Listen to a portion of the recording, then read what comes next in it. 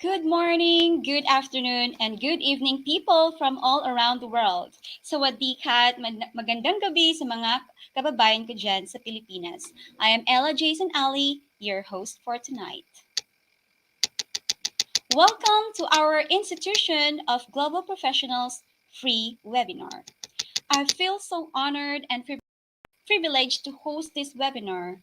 I feel so elated to welcome you all to our institution.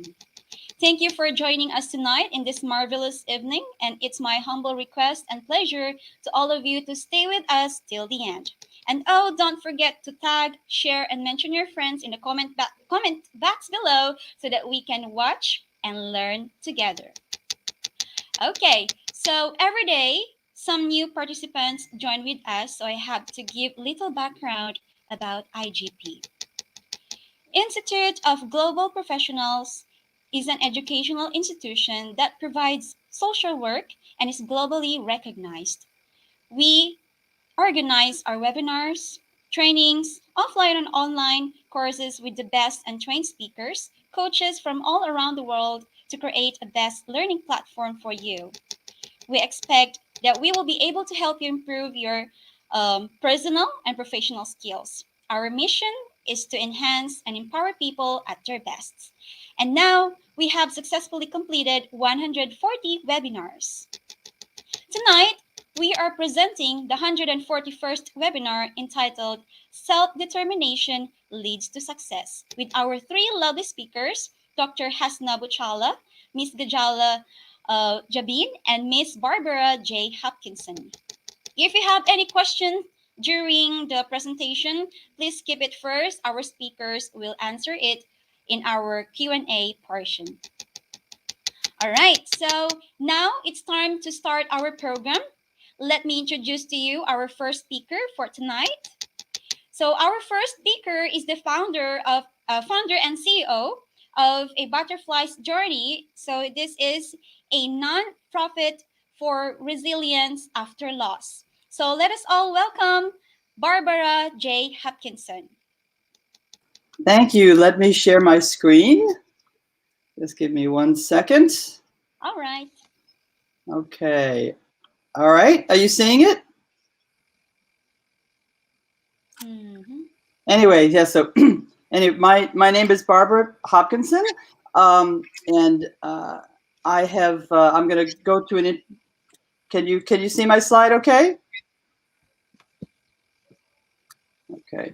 I'm just checking to make sure we're all set here. Yes? No? Okay. Hopefully we're not having this issue again. We had a little technical issue before. Can you see it, Ella? Yes, I see it now. Okay, great. Yes. All right. Anyway, so I'll start with an introduction. So my background is 30 years in several industries and in technology, helping those industries, including 10 years with IBM. I've been fortunate enough to work or visit 54 countries on 6 continents. I really love that part of my work, the travel and interacting with different cultures. I learned so much from them. And then my favorite role is Nana is my grandmother name. I have 4 grandchildren from age 6 months to age 4. They're the loves of my life. And those along with my son, my 2 stepsons, my stepdaughter, and all of their partners. So the things I really love most in my free time is travel, photography, and cooking. I live north of Boston. So my focus is on grief recovery and resilience after loss. And the kinds of things I've done with my grief work are I founded a chapter of the Compassionate Friends in Newburyport, Massachusetts, which again is north of Boston. It's part of Compassionate Friends USA, which is the largest grief organization in the world. And it supports families that have lost a child, grandchild, or sibling. And then I founded another organization called the Butterfly's Journey. So that first one, TCF, is for local support, and then A Butterfly's Journey is national, and I've started to do international work with my work through there, and I'll explain more about that in a minute.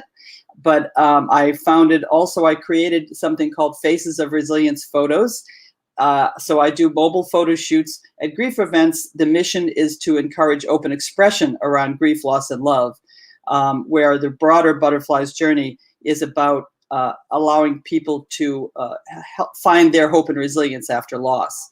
I have an advanced certification in the grief recovery method through the Grief Recovery Institute, and that is also been used for 40 years on 6 continents, and it's the only evidence-based methodology in the world for grief recovery. I've received a few awards I'm very proud of. The International Association of Top Professionals has awarded me the Top Professional in Resilience After Loss and Woman of the Year. There's a gala coming up in New York for that as well. And I'm really honored that I'm being presented an honorary doctorate in humanitarianism in New York in December, as well as a citation from President Biden related to my community service. And so I'm just thrilled with that. I was recognized in the Women Appreciating Women's Hall of Fame and Carl Wilson's Red Blazer Award. So far, I have 8 books, including my first, which was a memoir about my own journey after losing children, and I'll talk about that in a minute. And I've been participating in 6 anthology series, including a collaborative Faith Finding Answers in the Heart, a co-author of 2 of the Grief Diaries series, and then I've also been in the Global Achievers, Finding Joy in the Journey, etc. And then the one that's a little different is, out of the photo shoots that I've done now all over the US and in Canada, the Caribbean, and London, and I hope to take these photo shoots farther, I have a book, Faces of Resilience photo book. Okay, so anyway, to talk about self-determination, I really want to put the definition from the Webster's Dictionary here. Self-determination is the process by which a person determines his or her own life. And in my mind, self-determination breeds resilience, and resilience is success, right? Because anything that you can be resilient, if you can find your resilience after loss or after trauma or after anything that's going on in your life, including even just your career or any of the pitfalls that you incur in life, then finding resilience is certainly a form of success. And so that's where I'm going to kind of focus. Self-determination, I think of it as a real kind of a synonym to resilience. So in my own life, the way I've been able to find my resilience and self-determination is, first of all, I lost both of my parents when I was, my father when I was age 32 and my mother when I was age 47. And of course, that's difficult on any of us. But then I lost, over the course of my career, I lost 3 children. I had a miscarriage, and then I raised 2 healthy boys, Brent and Brad. And when they were 6 and 4, my third son, Robbie, was full-term stillborn, which was, of course, devastating. And then the boys grew up. Brent went off to a military high school at his choosing and a college out at Arizona State University. He was on his way to being an Army pilot when he traded vehicles with a friend who had a very powerful motorcycle, and he lost control of it. And so all of a sudden, he was getting engaged and had an amazing future ahead of him. He had already passed his Army aviation tests. And it changed my life dramatically. So when he died, I felt the loss of grandchildren because, again, he and his fiance were hoping to have killed children. And then 1 year later, his father and I split up. His father left me for a younger woman. So my 30-year marriage ended. So it really just shook our lives tremendously. The loss of a child is just so devastating. And this one was the culmination. So it got to the point where because of the loss of him and the loss of Brent and then the loss of my marriage and trying to face living alone again living alone for the first time, actually, because I'd gotten married when I was young. and just all of the implications of that and financial implications. And then his brother Brad was starting college. Brent died the week Brad graduated high school. So Brad went off to college, and he flunked out his first year because he couldn't concentrate with the grief. So all of that was happening around the same time, and I actually attempted suicide.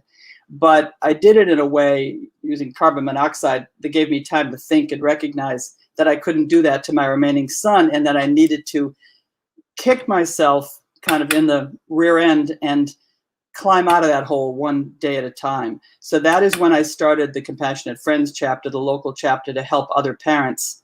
And I gathered, parents around that had lost children, and we kind of created something that could support others with the national support of the Compassionate Friends USA. So again, there was a determination, there was a self-determination in surviving that devastating loss and climbing out. And over time, by looking for things that helped and keeping an open mind about things and trying new things, I was able to recover from that. I mean, recover is a funny word, right? So I still miss my son every day, but I am functional, I am happy, and I was able to kind of move on and feel that his spirit close to me. And A Butterfly's Journey, the name of that, is really about my journey in figuring out whether or not my son's spirit continued. And I believe it does, and I believe all of ours do. So that happened. My son died in 2002.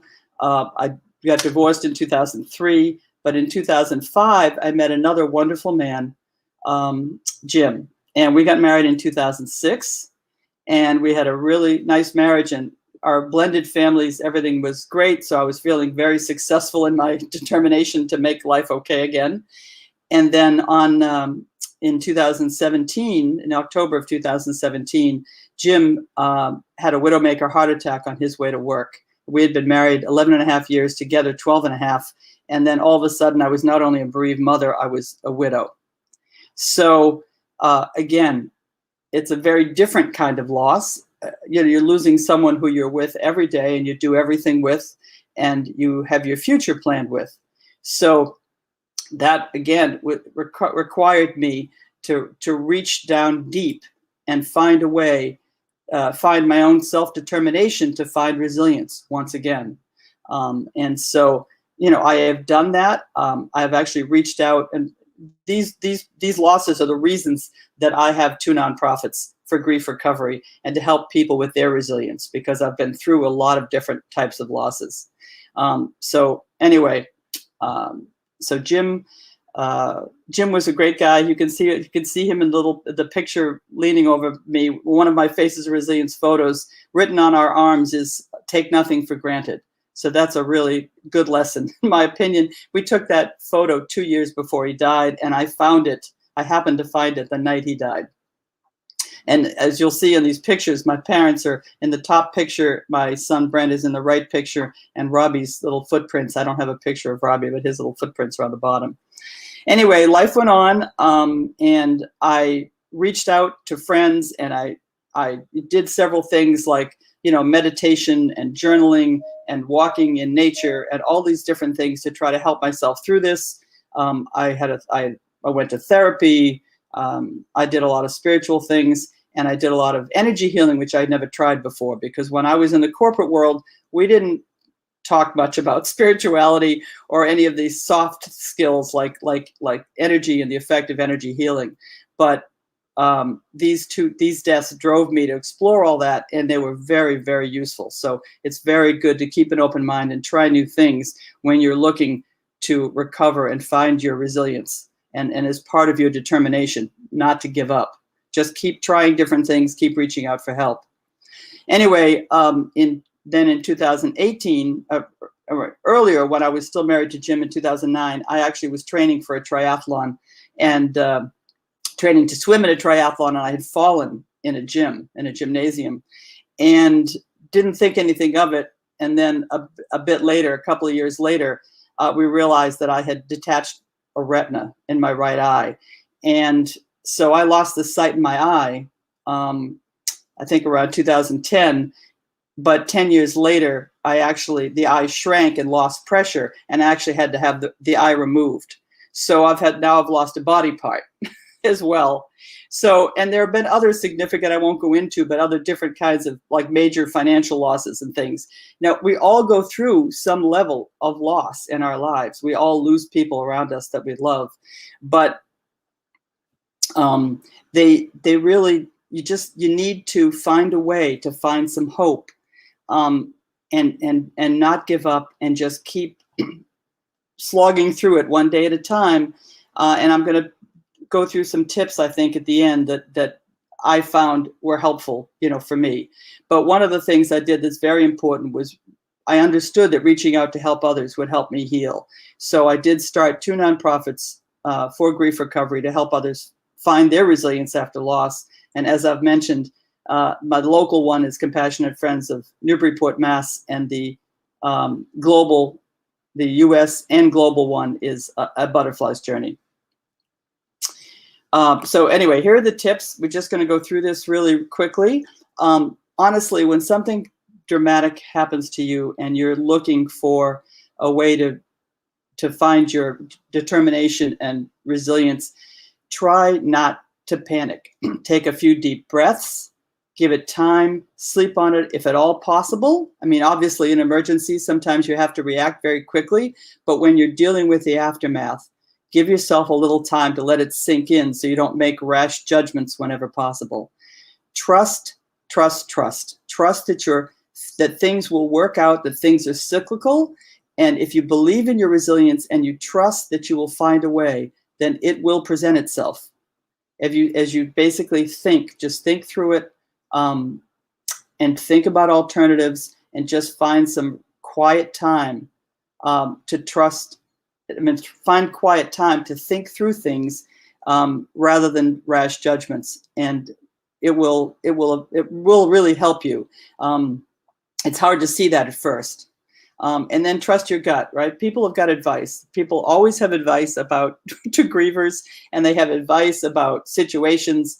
But if they haven't been through it, or they don't have the relationship you had with your lost loved one, take their advice, take it into consideration, but really take the time to sit quietly and trust your own instincts, because nobody knows your situation and your relationship or your loss or your trauma like you do. So just trust your gut. It's really important. And keep an open mind. Okay, so we should reach out for help or support, whether that's therapy, whether that's your religious person, like priests and ministers and rabbis and things like that, or whether that's just friends and family. But don't isolate. Isolation causes depression, and it causes all kinds of problems. So try not to get too extreme in anything with like drugs or drinking and things like that. Try to reach out for help and try to find somebody to talk to, but be open to new things. Again, I wasn't really, when I was in the corporate world with IBM, when my son died, I wasn't thinking about spirituality or energy healing or anything like that. But I needed to find something. So I started to try all these things I had never tried before. And I was amazed at how they helped, at how much they helped, right? These things don't have magic bullets, but you try several things, and then keep doing the ones that you can feel that are helping. And little by little, you will recover and you will feel better. So the combination of being active, working hard at it, and time will help you recover and help you find your self-determination and your resilience. One of the things that I found most powerful was shifting the focus. So helping others helps you heal. Honestly, it does. And it takes the focus off you. The appreciation you get from others that you're helping helps you heal. It's just magical. And again, it kind of gets the focus off you and on to something else if somebody needs. It doesn't even have to be, the way you help doesn't have to be related to your trauma or your loss. It's just reaching out and helping others find a cause and see what a difference it makes. It really helps you move on. And then again, I mentioned before, to breathe and think. Just take, when you're in a bind and you need to find your determination and your resilience, take some time to do some deep breathing or meditation and just think about, maybe write down, what are all the alternatives? What are options? You know, give it a little, sleep on it, give it some time. What can I do about this?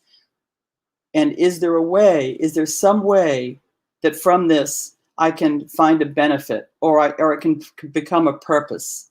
Now, I would not have chosen to lose a husband, 3 children, and my right eye, but I absolutely am delighted that I found my purpose in helping others find their resilience and helping others work through their losses.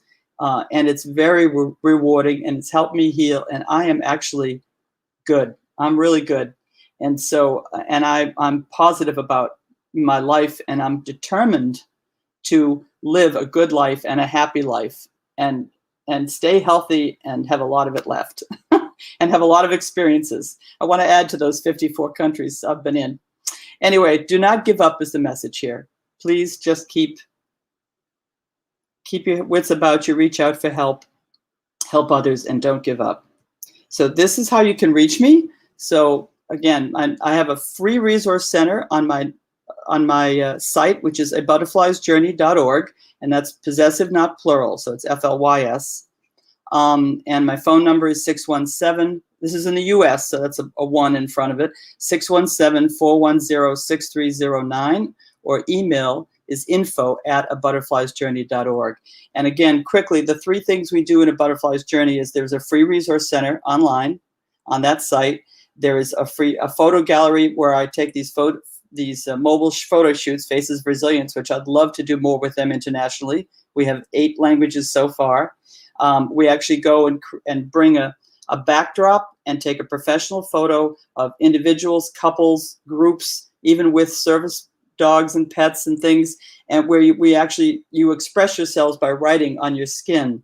I write on your skin with a washable marker. It washes right off, and then we take the photo and we send it to you. It's cathartic to do it, and it's a catalyst. The photo, when you receive it, is a catalyst to talk about your grief, which I think is the most healing thing you can do. And so that's all available for us to come and do photo shoots at events. And then there's a photo gallery online, and there is the grief recovery method classes, information about that. So I do that over the phone or Zoom, or for local people in person, where it's just a 7-week class, one-on-one, where there are tools that are evidence-based to help you through your grief. So all of that, you can find information on all of that on my website, abutterfliesjourney.org. And again, thank you. And I'm delighted to be invited to speak as part of this great organization. I really appreciate it. Ella? Hello. Okay, can you hear me? Yes, all right, I thank can. you so much. Okay, thank you so much, Miss Barbara. That is so enlightening and very touching presentations. I bet everybody had reflected about their lives. Everybody experiences challenges or loss, and I hope that we will be able to get through it. On behalf of IGP, thank you so much for giving us your valuable time and sharing your knowledge with us tonight. Before moving to our next speaker, once again, I want to remind you to please support us with your share, tag, comments, and mention your friends. We will give the e-certificate link in the comment box. And if you will face any problem, you can collect e-certificate direct from our website. That is www.eduigp.com. All right. Okay. So let's move on to our next speaker. So our next speaker is a teacher and a trainer, and she is a founder of Self-Management Method. Let us all welcome Miss or Dr. Hasna Bochala.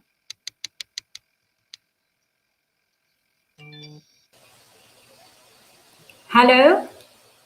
Yes. Hello, Ilama. Yes, we can hear you now. Can I share my screen? All right. Okay, it's loading. It's visible.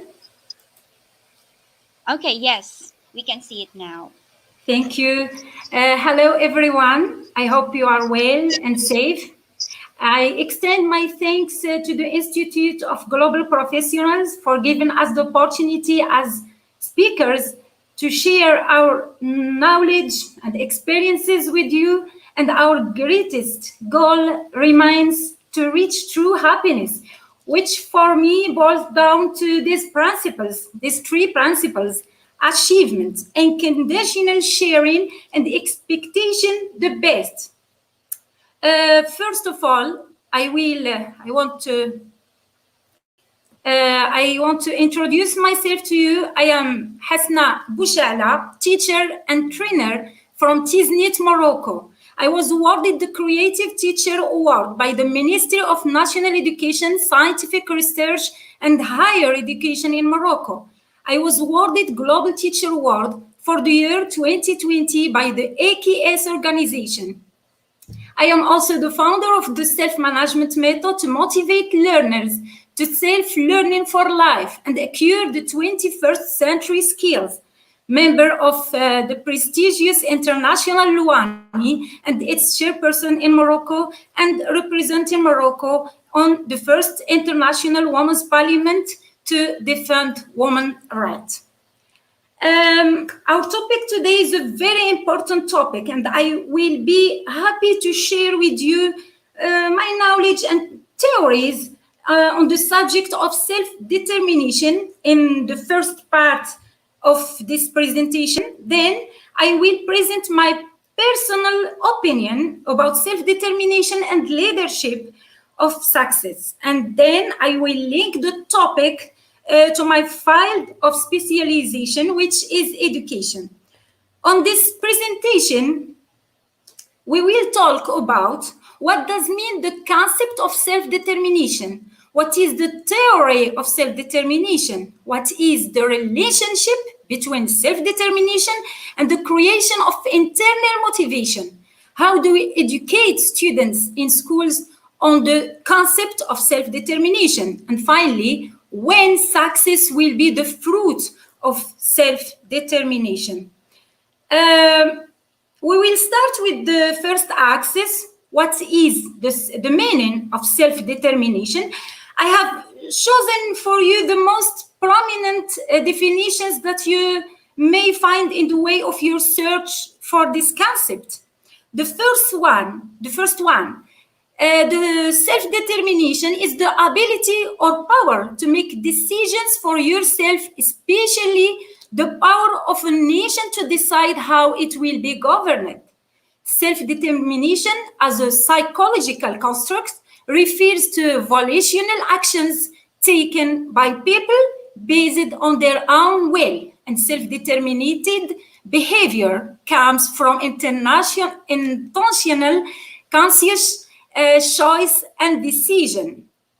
Self-determination is defined as the personal decision to do something or think a certain way.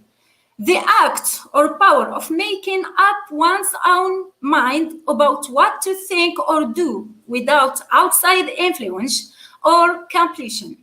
The ability or right to make one's own decisions without interference from others. And what is the theory of self-determination? In psychology, self-determination is an important concept that refers to each person's ability to make choices and control their own life. This ability plays an important role in mental health and well-being. Self-determination allows people to feel in control of their choices and their lives. Self-determination theory suggests that people are motivated to grow and change according to innate psychological needs. The theory identifies three basic psychological needs that are believed to be both innate and universal: the need for efficiency, the need for bonding, and the need for autonomy. The theory of self-determination, a closer look. Psychologists Edward Deci and Richard Ryan the motivation theory, which states that people tend to be motivated by the need to grow and make a profit. The first assumption of self-determination theory is that people are actively oriented towards growth. Gaining the ability to face challenges and benefit from new experiences is essential to developing a cohesive sense of self. While people are often motivated to act through extrinsic rewards, such, for example, money, prizes, and encouragement, known as extrinsic motivation, self-determination theory focuses primarily on internal sources of motivation, such as the need to gain knowledge or independence, known as intrinsic motivation. According to the theory of self-determination, people must feel the following to achieve psychological growth: competence. People need to get a mastery of tasks and learn different skills. Second one, connective or related. People need to experience a sense of belonging and attachment to other people. And third one, independence. People need to feel in control of their behavior and goals.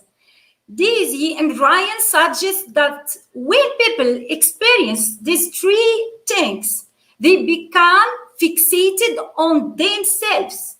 These three elements enable people to be intrinsically motivated to pursue the things that matter to them.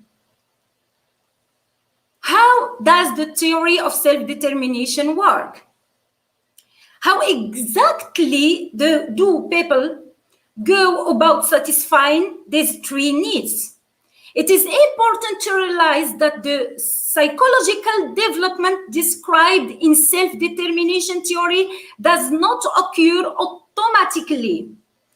While people may be geared toward this growth, it requires constant sustenance. According to Daisy and Ryan, social support is the key. Through our relationships and interactions with others, we can either enhance or thwart well-being and personal growth. What other things can help or hinder the three elements needed for growth? According to Daisy, giving people extrinsic rewards for intrinsically motivated behavior can undermine autonomy. As behavior becomes increasingly controlled by extrinsic rewards, people begin to feel less control over their behavior and intrinsic motivation decreases. Daisy also notes that providing unexpected positive encouragement and feedback on a person's performance on a task may increase intrinsic motivation. Why? Because these notes help people feel more efficient, one of the main needs for personal growth. What is the relationship between self-determination and the creation of internal motivation?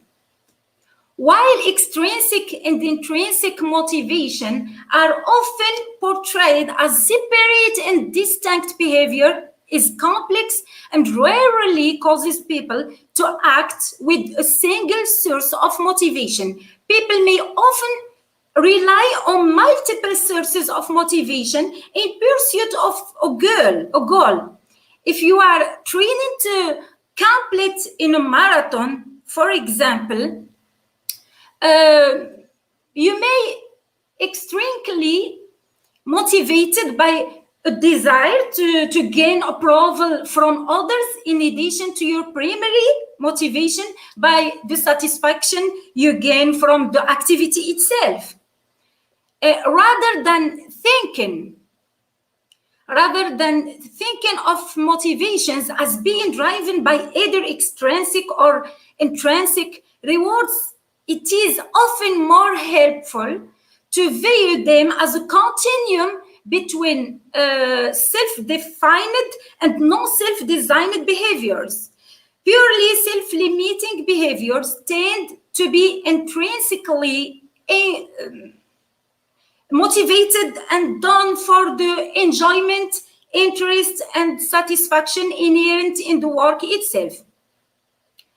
On the other end of the chain are non-self-defined behaviors which are executed only because they must be done. On this extreme side of the cycle, there is a complete lack of control. In most cases, behaviors tend to lie somewhere in the middle of the continuum.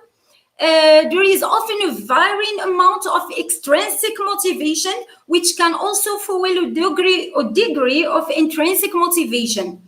People may engage in their actions because they feel they have a certain level of personal control and that the behaviors ultimately align with something important to self-concept. People with the right to self-determination tend to we believe that they have control over their own lives. They have an inner center of control and feel that their behaviors will have an impact on outcomes. When they face challenges, they feel they can overcome them through diligence, good choices, and hard work. High self-motivation, they do not rely on external rewards or punishments to motivate them to take action. They engage in behaviors because they are good at setting goals and working toward those goals. Base their tasks on their goals and behaviors. In other words, they deliberately engage in actions that they know will bring them closer to their goals. Able to take responsibility for their actions, people who control their own destiny, they are the main factor in their success, but they also accept blame for their failure. So, what are the things you can do to help cultivate some characteristics of self-control people? Improving self-awareness, decision-making skills, self-regulation, and goal-setting abilities can encourage stronger growth of self-determination. How do we educate students in schools on this concept of self-determination? It's not easy. As you all know, the school is the main place after the family where the child receives all the values and ideas that create representations for him and determine his future personality. Either he is a person with high self-determination or another person with low self-determination. For this reason, I worked hard to develop a new method of teaching that I call the self-management method to motivate learners for lifelong self-learning. The self-management method is a new method that allows learners to be masters of their own learning, supervised by their teacher. The self-management method is a method that puts learners in the center of the learning process and gives them the chance to be leaderships in the classroom, while the teacher's rule becomes influential and hidden. A way that makes learning go in a group and enables learners to develop the skills of the 21st century, which is represented in communication and cooperation, critical thinking, be creative, be initiative, and be able to solve problems. Self-management method can be applied in all school subjects. without exception, and gives great results as it develops the personality of the learner and increases his attachment to school and teaches he has the autonomous learning skills. The self-management method can be applied in a regular class as it gives impressive results in a class equipped with information and communication technology. This method works with the principle of learning better than education. The self-management method respects the learning style of each learner and the paths of an individual learning, as it collects learning through to collective building. It encourages learners to have a basic self-understanding, then a collective understanding that is more established. The strange thing is that it gives great result even with students with autism. We, a group of teachers who started applying this method of self-management, are able to see how learners became motivated to learn even without external motivation, which inevitably led to training the students on the right to self-determination and the emergence of an internal motivation for success and raising the ceiling of the challenge high so that the result will be a change in the students' personality and their ability to manage themselves and their time, and control also their differences and learn to work independently alone and within the class group. In our view, according to the method of self-management, the teacher's place is no longer in front of the blackboard for explanation, but behind the learners to push them towards success to achieve self-understanding. So instead of being the hero of the play, he becomes the director of a successful learning. The self-management method enables students to acquire the skills of managing themselves and their time, enables them to take initiative and enables them to educate on values and the ability to choose. They enable them to establish the foundations of coexistence and respect for the opinion and the other opinion, as they are constantly trained in critical thinking and creative thinking. They learn that the most important thing is to succeed within the group and understanding each other, and they master through daily training the art of democracy, where the majority decides and respects the opinion of the minority. Learners are trained to agree on the rules of conduct for life in the classroom and formulate a collective charter that they are committed to implementing, because correct implementation means success in the task. In the style of self-management, I focus on two important types of learning, which are emotional and social learning, because communication between learners lead to disappear of most of the negative phenomena such as violence, control, love of ownership, and selfishness. What motivates them to respect the value of difference? Our slogan has always been, difference is a great blessing and a benefit without limits. Finally, when success will be the fruit of self-determination. When we say that success is the fruit of self-determination, this does not mean at all that when I decide my destiny, I will definitely succeed. Because success, from my point of view, is to succeed in trying to reach the goal without getting bored or tired. It is necessary to rely before self-determination on what I call true wealth. It is the experiences and achievements of those who preceded us and the opinions of the wise people close to us. When I spoke about the concept of self-determination, I did not mean stubbornness in continuing to walk the wrong path if we find that otherwise the result will be self-destruction. For this reason, I spoke about the necessity to practice employing higher order thinking skills, especially in our schools for our students from a young age, so that the student succeeds when he becomes an adult in making appropriate decisions by adopting critical thinking and creativity to reach the success that will be the fruit of self-determination.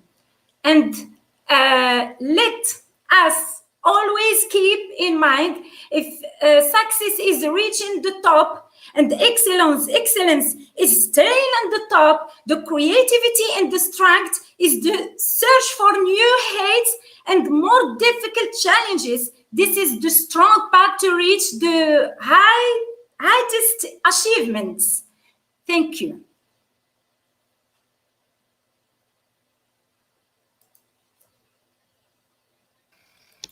All right, thank you so much, Dr. Hashna, for your very stimulating presentation.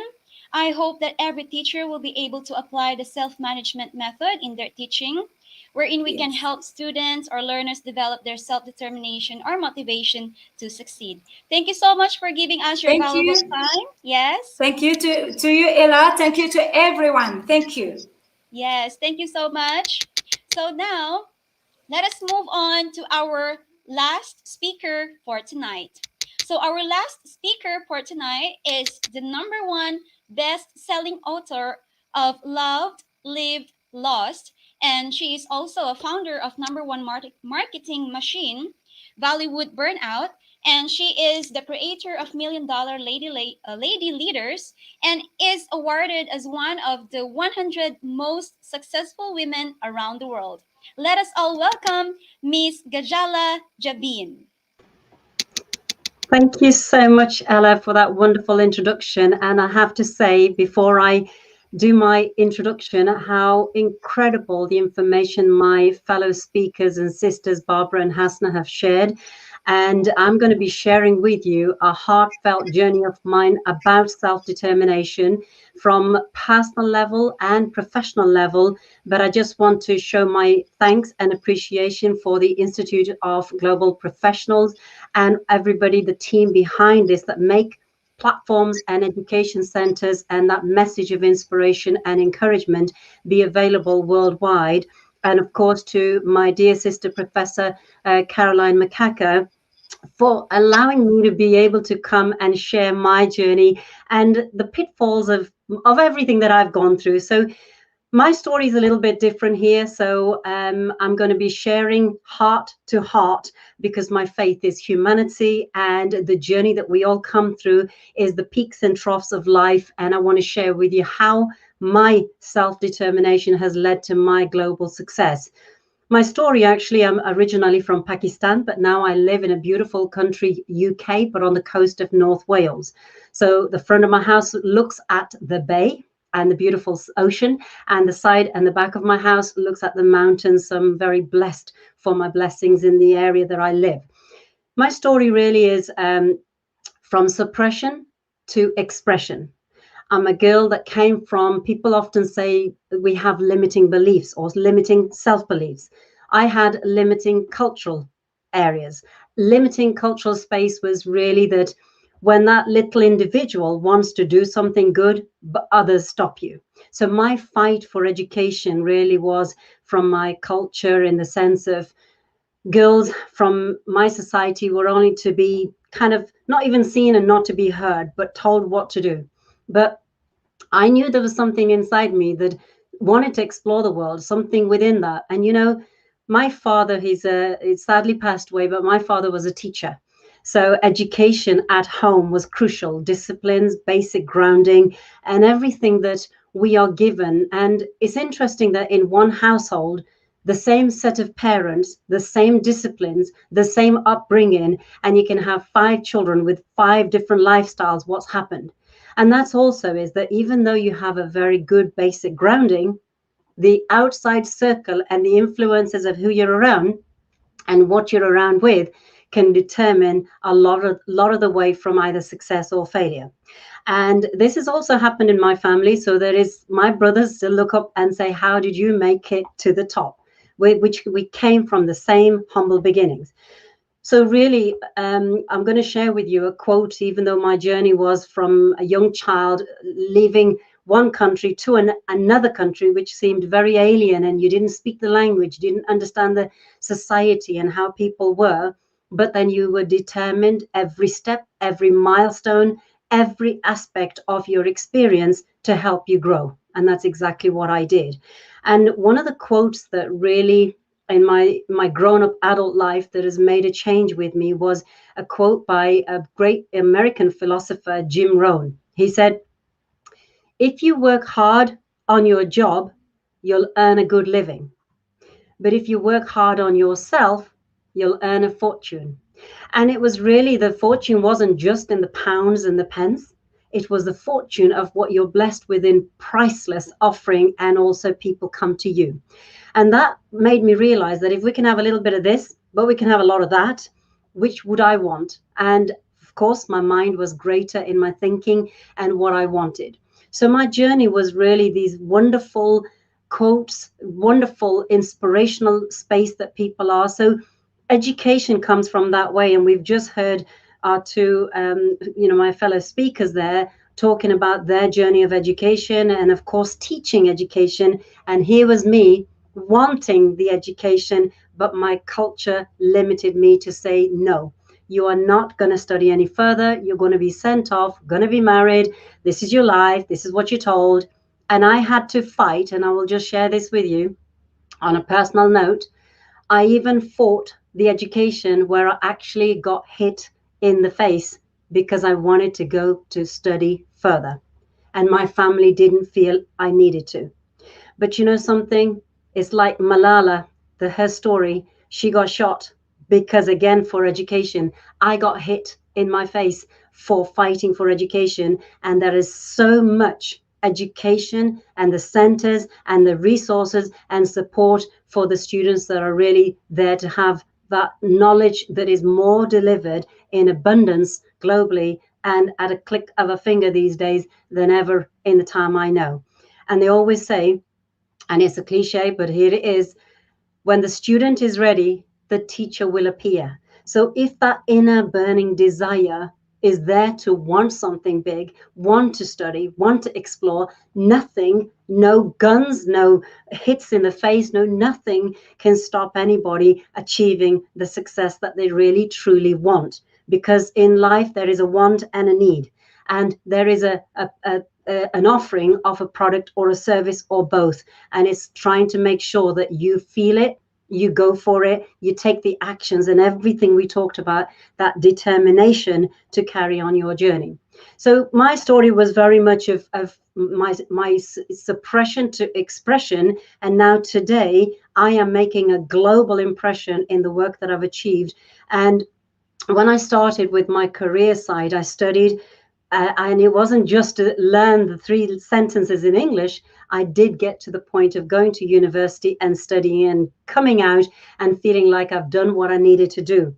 But it never stops, because life learning is that there is so much new things that's happening in adult education, further education, new subjects of interest to learn and subjects to qualify where you have a formality that the doors will open to you.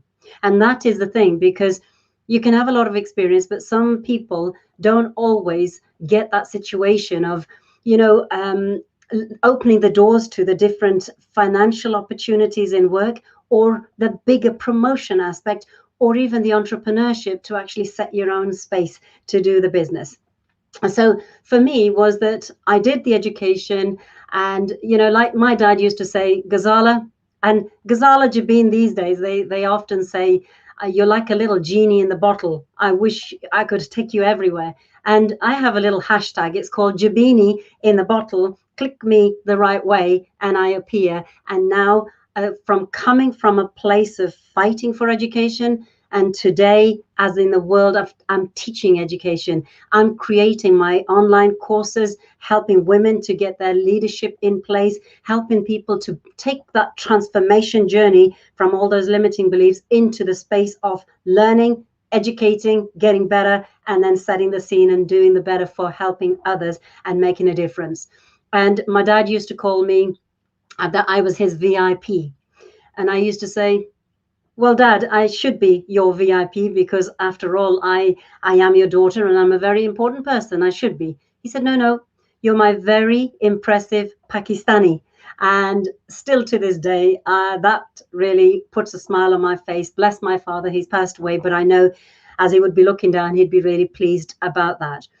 Another thing I did was determination, was that coming from Pakistan, and I know the world of India and Pakistan has fought for many years, and you heard Ella mention me as a founder of the award-winning Bollywood Burnout, Bollywood in the film industry of India. So for me, we've grown up with these films, the great lessons in these films and that inspiration. But I made a transformation on myself. This was in from a fitness and health through the work of Bollywood dance and fitness.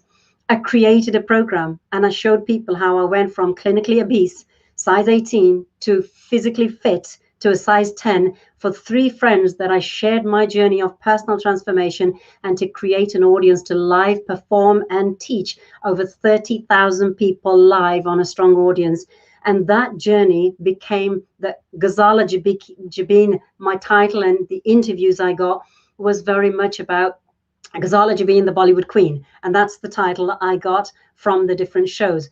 But the key thing is I was determined to lose weight. I was determined to do it myself. I was determined to get that message out to other people and to make a change for those people. But taking a personal journey of transformation so I can show them how to do it themselves. Creating recipes, creating choreographed routines, physical fitness programs, creating different classes everywhere, teaching all types of people from young, old, in between, and teaching them the culture, teaching them the fitness, teaching them how to have fun, and teaching in schools all the studies internationally. When they used to study the world of India, I used to go in and actually teach that in the schools, and the children used to love that I brought the whole study in a beautiful dance format, the culture understanding, and they learned with that extra fun as well. So that was part of the journey with that.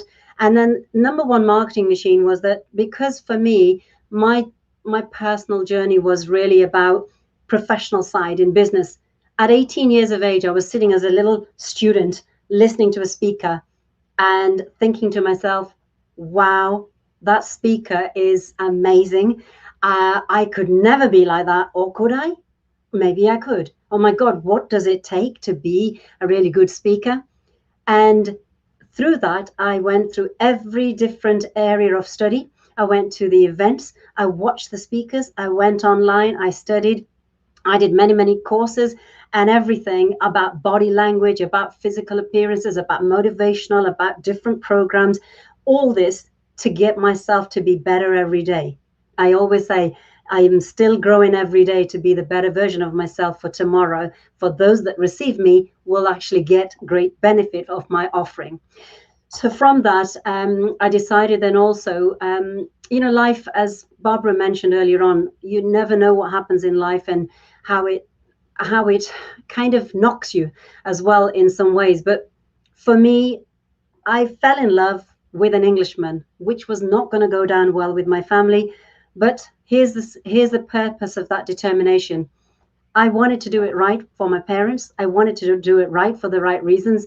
And I was so determined that I was willing to go to Mecca to do the pilgrimage to actually have my wish fulfilled, and whatever it took to have that dream come true, to marry this man.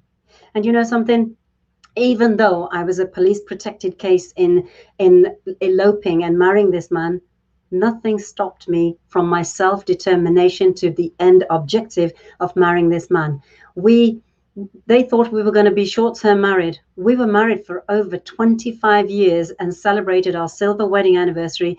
And then just shortly after, sadly, I lost my dear husband, Martin, to pancreatic cancer.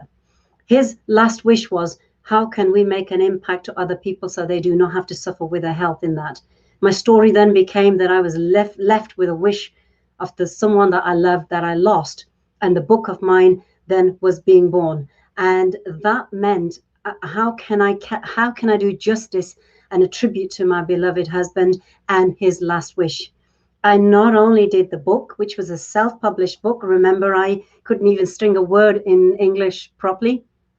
And this was really something that I felt that my story that I'm hurting with, there are many people going through loss, through grief, through trauma in different ways. And I needed to bring a positive aspect to that.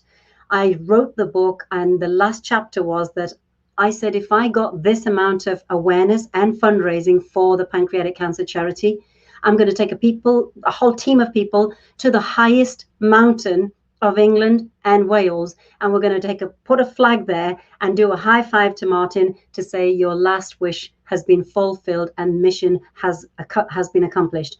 We raised over £11,000 on that day. We videoed it. The mayor of my town got us the given as the send off. Everybody, we just trooped up that mountain. Self-determination is that you are given a mission, a task, or something you desire to make something really happen, and against all odds, you do it, you achieve it, and you share with people that inspiration of that. It took a lot of determination, because I was walking up that mountain with a broken heart, but I had the strength in me because I was doing this for somebody else, and I had to do it justice. So that was there. We got to the top, did that. That was the last chapter in the book. And the other thing was, I wanted to do justice to the launch of the book. I wouldn't be #1 marketing machine if I couldn't do justice from the marketing. That book went #1 bestseller, loved, lived, lost in less than 12 hours. In fact, within 24 hours, everybody globally were knowing about this book. And the other part about that book was the subtitle was more poignant. It was In Sickness and in Health Till Death Do Us Part. Determination of a commitment to a marriage, the journey to the end, and the tribute that really took that. And that book became a success. That was another reason, from a personal tragedy to triumph about that. And I never stopped. People that I was teaching the Bollywood dancing to, the class people, never knew that Ghazala was going through a personal tragedy and her husband is dying, but I was still putting the professional front and teaching. Nobody knew the story, what was going on in my heart that was breaking, but I still carried on professionally to teach in that way. The other thing I want to say as well is that when you're busy doing the work, and I've raised now over £180,000 for charities, waiving all professional fees to be able to give back, because my father said, when it comes to giving, give for the sake of giving with no means of gain. And I gave and delivered, and lots of support and training and coaching through all different aspects of my own learning, and raised over £180,000 for my communities and projects and charities and good, worthy causes and needs. In that, again, as I had studied to really bring the education to the platform, I created my own program. And Ghazala Jabeen is, people will find me on there. They can see all the different work I do, from Bollywood work, from #1 marketing machine. And I also wanted to keep going, and how much further can I take it? And I created the program, which is called $1 Million Lady Leaders, because I coach and inspire women who either want to be a leader, who actually are leaders, and they want to upscale their business through determination of personal study, personal development, personal growth, and the tenacity that it takes, that don't be beaten by a challenge. There is a way around it if you want it enough. If you want it enough, you will get that. And so that is where my impression is being made now. And the awards that I've been recognized, without realizing, I do my job from my heart. I say to people, my friends call me Gaz. I say, I'm Gaz, not God. I give the best. I may not be the best, but I give the best from my heart.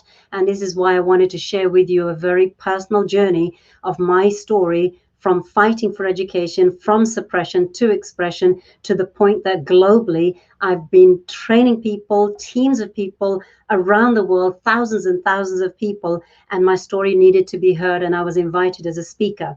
As I was invited as a speaker in the world of teaching as a keynote speaker, I was also awarded for the Ambassador for Network Marketing and Direct Sales Organization, and featured on the Hall of Fame 2018 with Business for Home.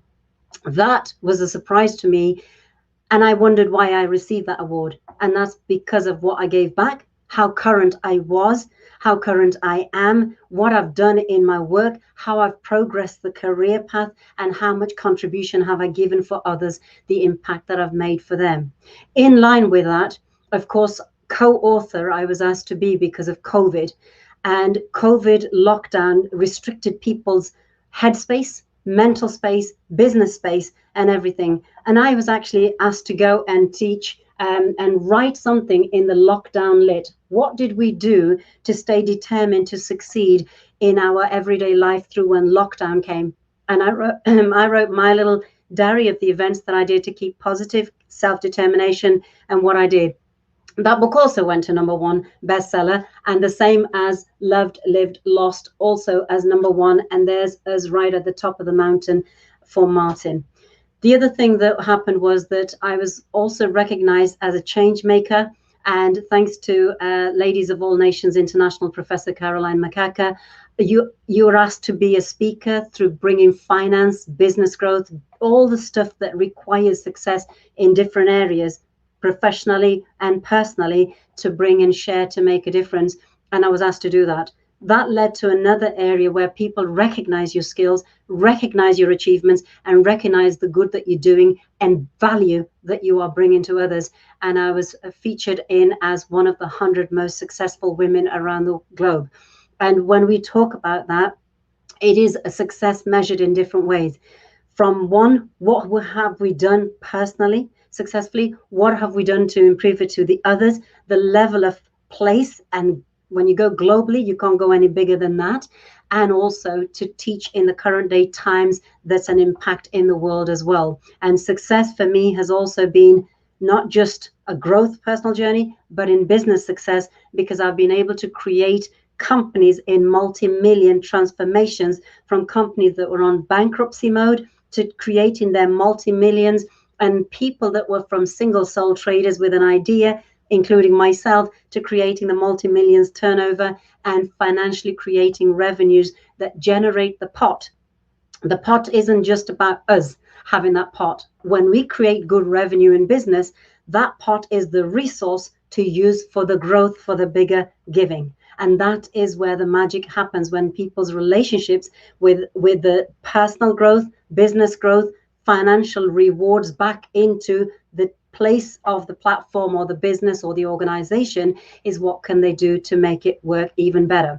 So I love to teach. I'm training, and I do, when I teach and train, I do some stuff which is completely fun. I do like a sales personality quiz for people who just want to know what it's like and how good their skills are. So if you've never done a quiz, make sure you do it. You also get a free 7-step sales processes to help you be determined in your success and see if you're following those guidelines. In addition to that, I do for lady leaders around the world, and every week I commit my time dedicated to helping those people be successful, and I give them 30 years of industry experience to help them to be successful. And that's a free training session that I give to people.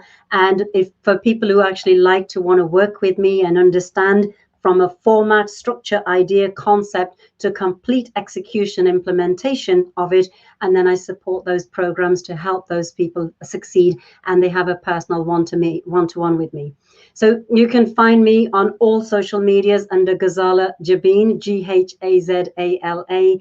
Jabeen is Jabeen, or #1 Marketing Machine, or the $1 Million Lady Leaders creator that I am. So I hope that this has been helpful for you, some of the journey that I've shared with you, and some of this incredible shared content that we've delivered on this wonderful platform, and for people to create incredible successes that they can actually make a difference to the world and really be happy and enjoy it, because I'm really loving still studying, educating others, educating myself. I have a mentor, I mentor others, and it's wonderful to be able to do that. So it's all about that self-determination as well, that the want and the desire for it. And now my final part of the big project is that as a founder with my partner in creating one of the big next generation research centers, is creating a city, a community being based on sustainability and compassion. And we're bringing all these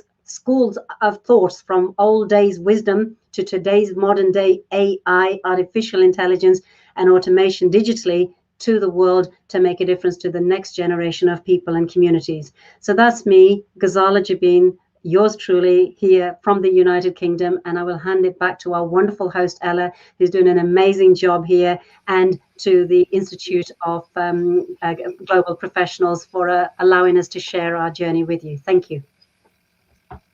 All right, thank you so much, Ms. Gajala.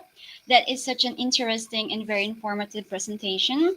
Indeed, nobody can stop who wants to be educated. Nobody can stop someone who wants to succeed. Whatever challenge or loss that we face, we will be able to get through it. And we may not know that because of those experiences, we will be able to make a difference, just like you guys, just like the lovely ladies here.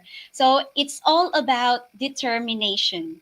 All right. So thank you so much, Ma'am Gazala, for giving us such a wonderful presentation. Okay. So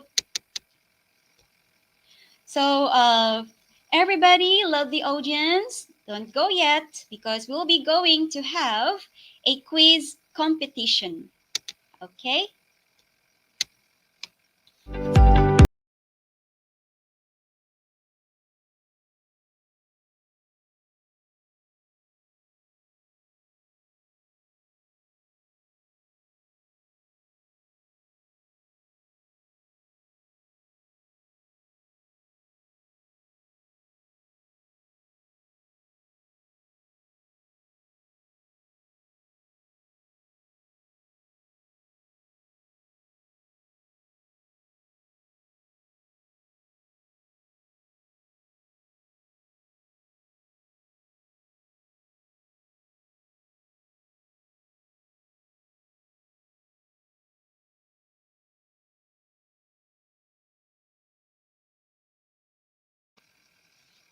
All right. So, oh, many people are already here in our live quiz. For those who want to join our quiz, please just join at theslido.com. Okay, you can see it on our screen here. All right, so there are already 54 people who have joined.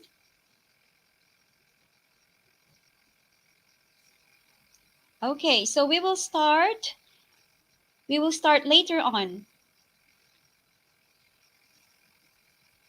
All right, so we have Noor Shafida, Lady Diane C. Santos. Good evening, ladies. Good evening, everybody. Okay, for those who want to join our quiz competition, just go to slido.com and just put the IGP quiz, or you can scan the QR code here. So we will start for a moment.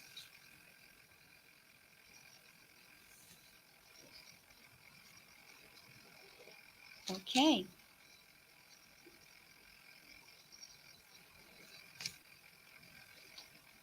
Has everybody joined already?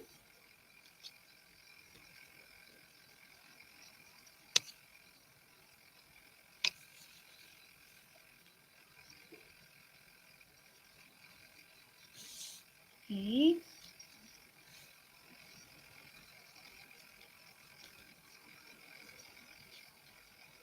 So if you want to join, just go to slido.com and put sign number IGP quiz. We have 151 people or participants. While waiting, please don't forget to share this or mention your friends or tag your friends. All right? 165.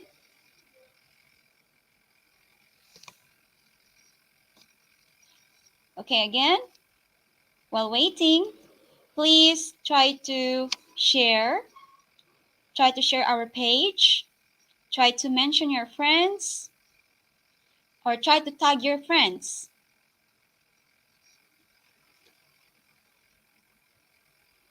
Okay. So for those who want to join the quiz competition, go to slido.com. We have the code here. You use the code below, IGP quiz. Or you can click the link below or on the comment box. All right. 187.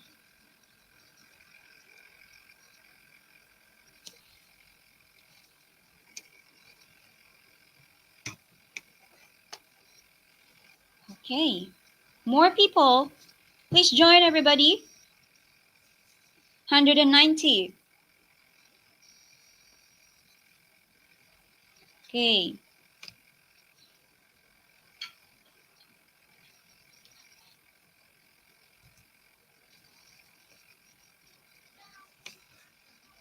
$192. Everyone, please join our quiz competition.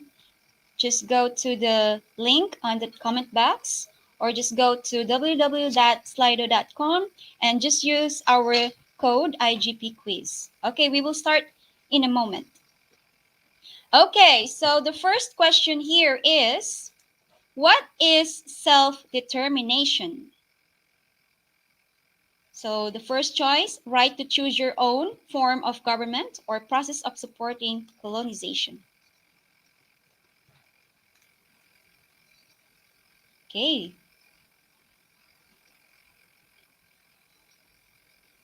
All right. So 89% choose right to choose your own form of government. And 11% choose process of supporting colonization. And the right answer is right to choose your own form of government. Okay, very good, everybody. Next question. Self-determination is being able to rely on yourself, has to do with the person you want to be, or has to do with the person you are, or all of the above.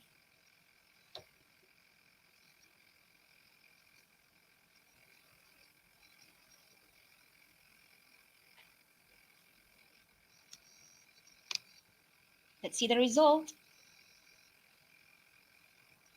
All right. So, many people, or the majority, chose all of the above, and that is the correct answer. Okay, very good.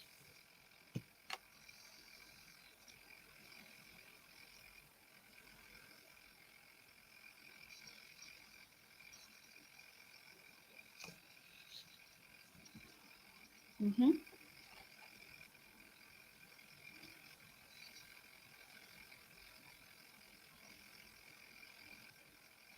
Okay, next question.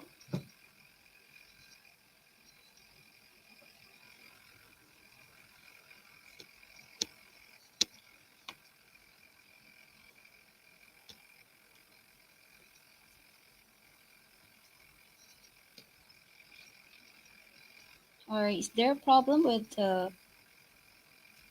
cannot see it now? All right. Okay. So the third question, you are born with self-determination skills. Is it true or false? So are we born with self-determination skills? Is it an innate skill?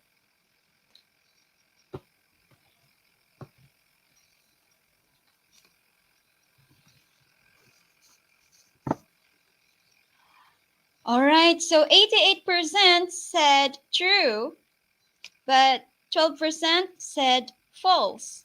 But that is the correct answer. The correct answer is false. We are not born with self-determination skills. All right. The fourth question, self-advocacy and self-determination are skills that take practice. Is it true or false? Are self-advocacy and self-determination take practice?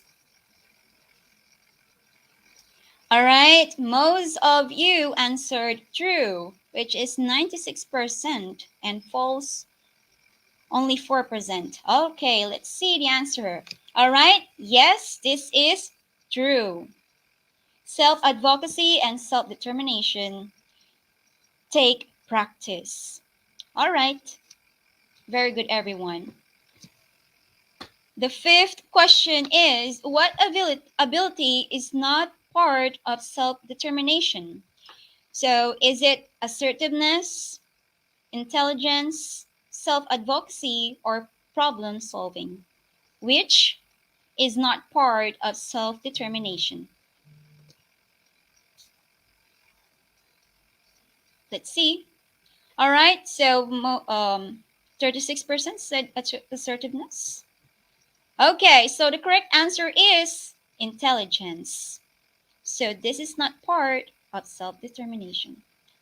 All right, so a self-determined person can, is it set goals and solve problems, or make decisions without collecting facts?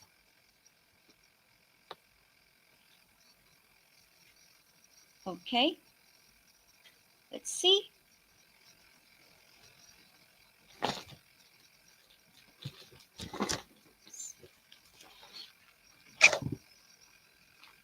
Okay, set goals and solve problems. It's the correct answer.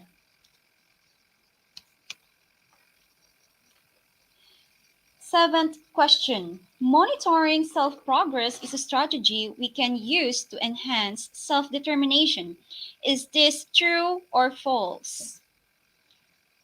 Self-monitoring or monitoring self-progress is a strategy we can use to enhance self-determination. True or false? Let's see the correct answer. Wow, everybody answered true. And that's the correct answer. Very good, everybody. Okay. Eighth question. Some management leads to punctuality. Time management leads to punctuality, punctuation, or punctual. Let's see the answer. All right, that's the correct answers. Time management leads to punctuality. Okay. Today's managers can aim for success in a relatively stable and predictable environment. Is it true or false? Today's managers can aim for success in a relatively stable and predictable environment. Is it true or false? Let's see your answers. All right, 80% said true, 17% said false. So this one is false. Okay. Very good for 17% people. Next one. This is the last question, I guess. Social connection can lower anxiety or depression, help us regulate our emotions, lead to higher self-esteem and empathy. Is it true or false?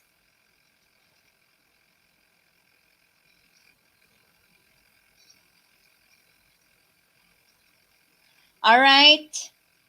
The majority answered true. Let's see the answer. Okay, very good, everybody. The answer is true. All right. Okay, so congratulations to Luisa May Alpapara.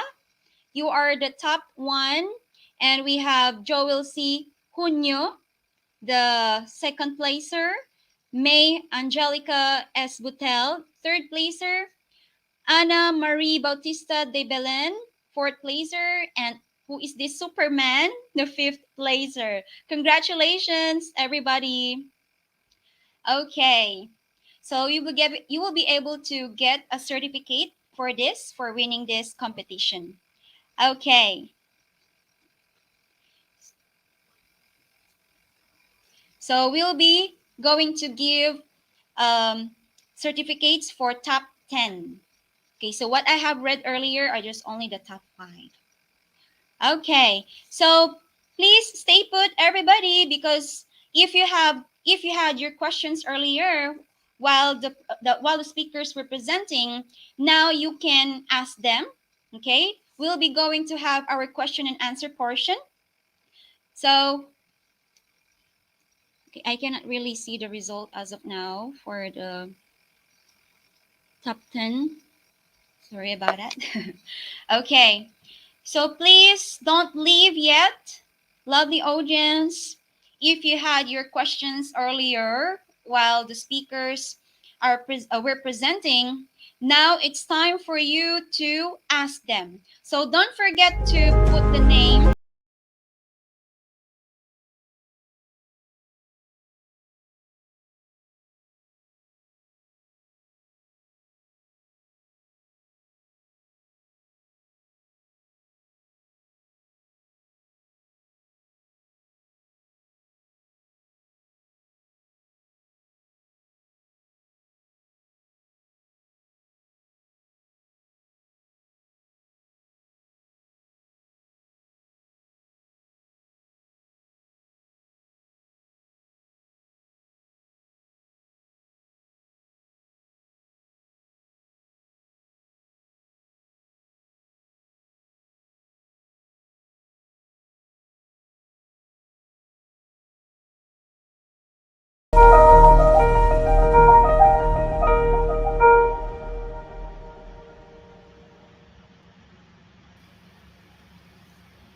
All right, welcome back. Okay, so we'll be having the question and answer portion now. So are you ready? Yes. All right. Okay. So we'll be going to have questions here. So the question is directed to all speakers.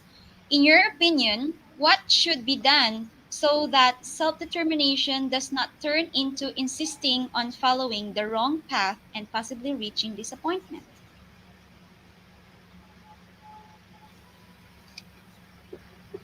Okay, so who wants to answer this question? I want to.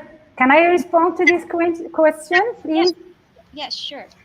Uh, Perhaps this is what I talk about in my intervention with when I said that when we expect that if we determine our destiny ourselves, the result will be success and nothing else.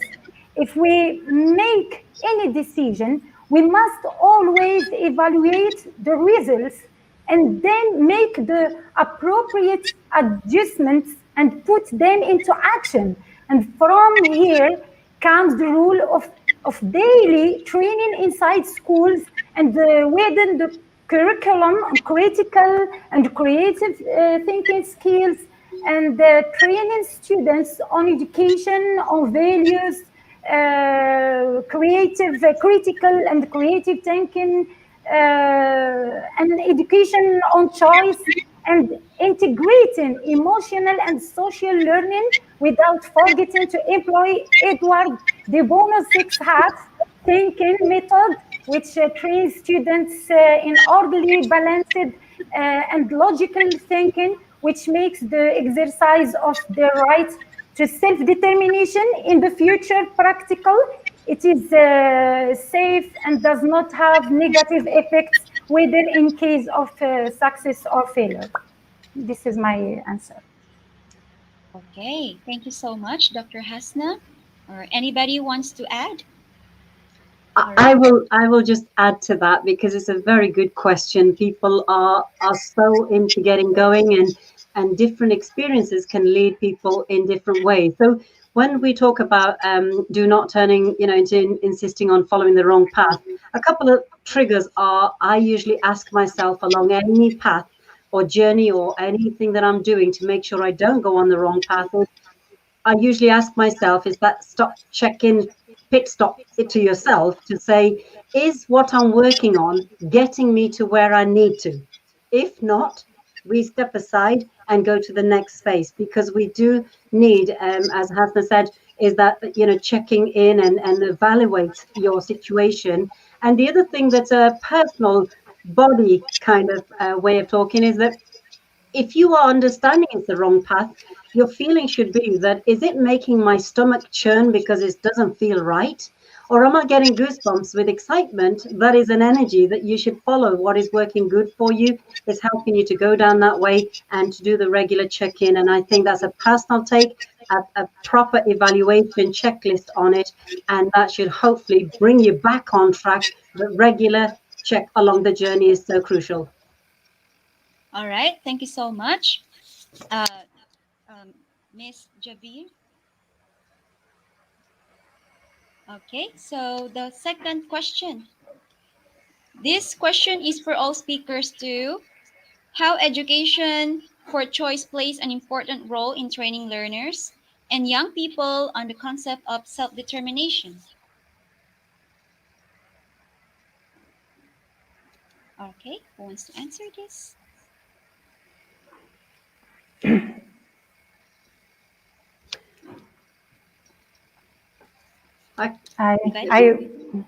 Okay, go on. I don't mind, whichever. If we want to bring the concept closer to your understanding, then education about choice is to accustom the learners to this concept from their young age. Why? Because choice, as you know, is the ability to choose from multiple. So I think it is necessary to leave a margin of freedom for the child to choose in some matters, and then taken another important step and justifying the reason for this or his choice, because at the same time we train him practically on critical and creative thinking, and we also train him that making any choice requires prior research and consultation, and then taking a decision and determining his fate and re-evaluation and making the change in a timely manner based on the results. And of course, the necessary of accompanying the child in the first stage in the journey of making the choice, provided that the leadership is handed over to him little by little. That's what I think. Okay. Oh. Miss Barbara? Oh, we cannot hear you. We cannot hear you. Sorry. Miss Barbara. No wonder you didn't hear me before. Sorry. I was muted. Yeah, just a quick comment, even from the last question, also about trusting your gut. But sometimes the wrong path you learn from. So not all wrong paths are necessarily bad, because you really do learn from them. And in terms of education, the important thing for me, I raised two sons that were very different. And one of them was much more of an academic learner. The other was much more of a hands-on learner. So one, again, was on his way to being a pilot. The other became a successful chef and owns his own restaurant. But he chose to go to a vocational school. So I think education really needs to fit the mode of the person and be cognizant of that, as opposed to forcing them down a certain path. All right. And my take on that one, again, coming from that place, is that when you do have the education to the place that is needed, the right subject that you're actually working to get that self-determination, you have to ask yourself is that the education place that you're at is going to give you the education, the confidence to deliver whatever the journey that you are, whether it's in career choice of education moving forward, but it's got to be in the right target area of that education that's going to help you get to where you need to. And more importantly, applying that education is, again, learning. I usually say compare it with an encyclopedia. There's a lot of education in an encyclopedia, but if encyclopedia is sitting on the shelf and collecting dust is no good. But applied knowledge is powerful, and that is when we do learn something, we apply it, and that will actually help the young people to really have that education as an important role in their training and learning. All right. Thank you so much, Miss Gajala. Okay. Oh, another question for you. I often make reference to Malala Yousafzai and her incredible reform in terms of teenage girls' education in the face of constant threats. Mom, what do you think? Does strong female leadership stems from challenges of life, or is it also possible to foster such skills in a peaceful life? So That is yes, a Mom. fantastic Yes. question, and a very, very poignant one in today's world as well. First and foremost is Malala's strength came from her honesty, from what she believed, what she stood up for. So you have to really first within get the strength, no matter what the challenges are in life in that way, but the strength is coming from, from within for you, what you believe in, right? And also it's something that life hasn't given you the experience to understand it can be fostered. You can actually adapt these things through the life-changing situations and circumstances that you get into. I myself got into situations I never thought could have even imagined how would I deal with it. What I did was that whenever I came into a difficult situation in that way, I found somebody that's a go-to person that I look up to, that is a connection, and tell them what I needed, really speak out and ask for the help that is there that's needed, because there are so many people that are the signposts for you to be able to adapt the skills, to get that peace of mind, but also live with the truth as well, because that will give you the biggest strength and everything in your head and heart to go out and find the source of solution to the problems, to become a leadership person, because that's what your desire is. And more importantly, your morals, ethics, and values really should stand in the forefront when you're actually going for overcoming some of these challenges as well. I hope that answers. Okay, thank you so much, Ms. Kajala. Next question from Hanan. Hi, thank you all for this event. My question is for Mom, Dr. Hashna. How higher self-determination decrease will boost individual leadership abilities? Eventually, because skilled leaders demonstrating higher self-determination degrees will also be strong motivators. Technically speaking, self-determination theory, like other motivation theories, can be used by leaders to motivate their teams or workers, which will positively affect their sense of belonging, and important component of psychological comfort and well-being in workplace, leading to higher productivity rates and creativity behaviors. Thank you, Ms. Hanan. All right. Okay, thank you so much, Dr. Hashna. Okay, another question from Maverick. This question is for all speakers. How education for choice plays an important role in We've training had that learners. already. Oh, I think Yes, we've done this. We've had yes, that already. yes. Yes. Oh, yeah. We've done this already. Okay, sorry. Next is what tips can you give to help students have self-determination despite of having no physical interaction because of the pandemic? I think this is addressed to everybody, especially to Dr. Hashna, right?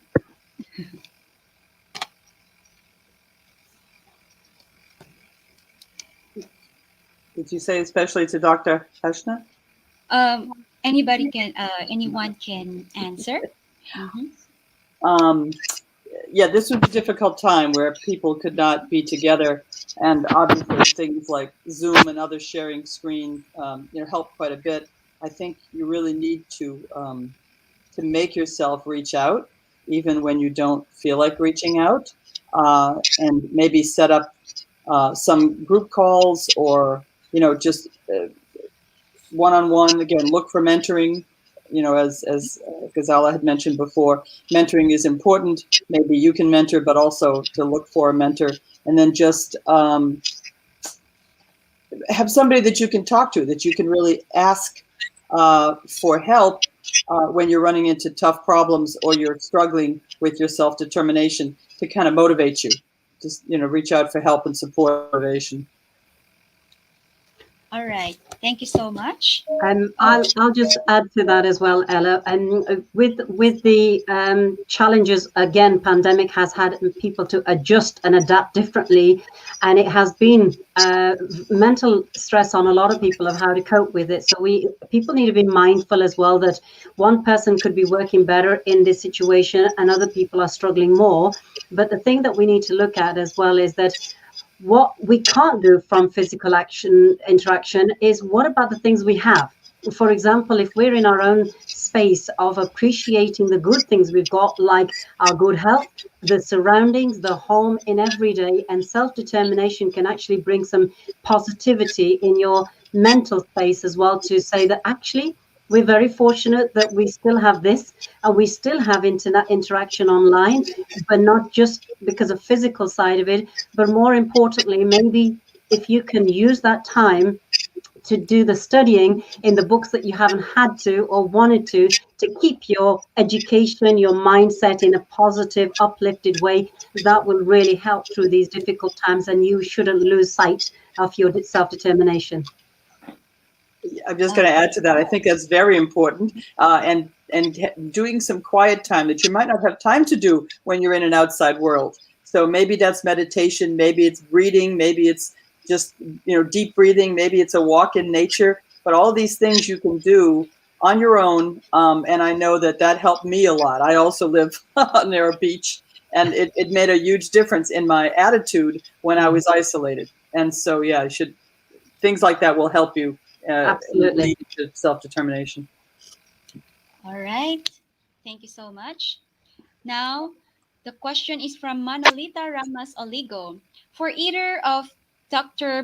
Buchala, Mom Javine, or Mom Hopkinson, what do you think motivates poor and broken kids to become self-determined more than those well-educated, well-trained, or rich kids?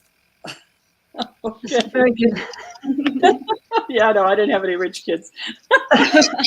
No, we were not rich either, but something, the good thing about our stories is that we also have come from the grassroots of basic, humble beginnings with not a lot. So for somebody like me to have a peg that you put your clothes and make a dolly out of it, where we didn't have money to buy the dolls, that was enough to create that space for your imagination, the creation of who you are, where you're going to be able to build on your little basic programming from young age to get the children to be proactive, physically doing things, showing them and teaching them how to do it. Not everything needs money, because the heart to heart, the physical interaction, the showing a child how important they are, to give them the time to listen to what they're saying, is most priceless position right now. Because when a child is pushed aside and is not heard, you can imagine the bad programming the child can live with being resented. And if children are heard, and we find out what they need, what they want, what they're dying to tell us, however small the thing might be, that will give them so much determination, because somebody gave them time to listen, that made them feel important, and that will help their self-determination to go and do better. Yes, I totally agree. I think self-confidence relates to self-determination. And the way a child builds self-confidence is to allow them to try and do things. And even if they fail, just praise them for trying. And like you said, listen to them, and give them opportunities to just, try and do things. And interesting, because I know when my boys were growing up, there was a lot of pressure to do a lot of this, restaurant fancy parties and stuff. And I refused to do that. instead we would do things like apple bobbing, or frosting cupcakes, or making their own pizzas, or making their own ice cream sundaes at home, things that they could do at home but build themselves. We even had a scavenger hunt in the neighborhood. I mean, it's all these little things that, and then they feel so accomplished because you're making a fuss over what they created, and you're taking pictures, and you're praising them, and just it's to build their confidence, like you said, and to make sure that they feel listened to, and to allow them to try different things, even if it's not the kind of things that the path that you want them to go on. It's just allow them to explore and to build their own self-confidence. It just has an amazing effect on them, and then self-determination will follow because they have the confidence to keep going. All right. Thank you so much. Now, next is from Poonam. Is self-determined behavior is always successful behavior? My question to Gazal. Okay. Is self-determined behavior, is it always successful behavior? Here's the thing. What do we define success? Okay, that's the first thing we need to see is what do we mean by that? What does success mean to us in our behavior? Success could be a simple thing from a little task of even doing a public speaking event for the first part, and you don't have that self-determination, but somebody's pushing you to doing it. You can create a wonderful talk and actually create success, but doesn't necessarily, but that is self-determination has got to be the inner desire. You can be pushed into success, and self-determination behavior wasn't even there, but you did create success. But when we're talking about self-determination, is our personal inner desire to achieve it and succeed within it, and that really will take your own personal space of success that you want to explore. And I don't know whether Barbara wants to add to that in any way. Well, the question was really for you, but I agree. It was just it's very important to not and again, just to also learn from your mistakes, right? That not everything is successful, and that's okay, because that's how we learn. So yes, it's short. All right. Okay, I guess that's all.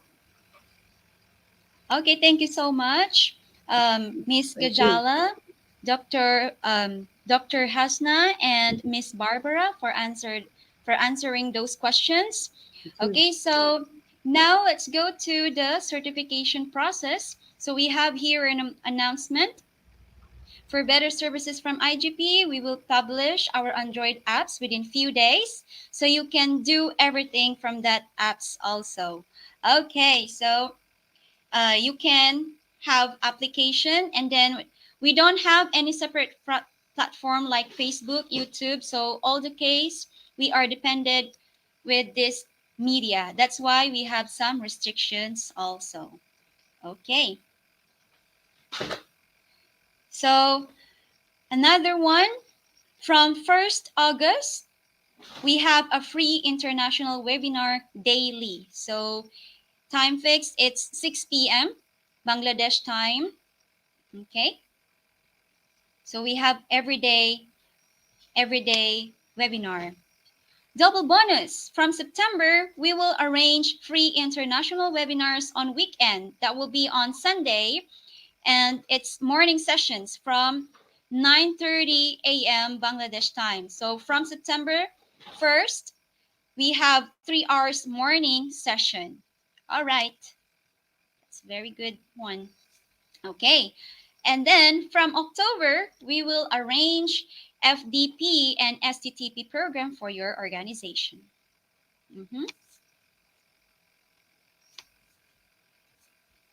So certification code, this is about the certification process. So the first one, certification code must apply July 12, 2021, which be available on video session certification part. So without certification code, no one is eligible for certificates. Video will be available always on our Facebook page, website, YouTube channel. Who wants to learn, anyone can join us on live sessions or later recorded sessions. We don't have any restrictions for learning. Our only focus is that learn anything you want, but learning is must. The beautiful thing about learning is nobody can take it away from you. That is according to BB King. Okay. So another announcement. For the first time, IGP will launch a virtual award ceremony program as we are different from any other organization. So in this case, also the same.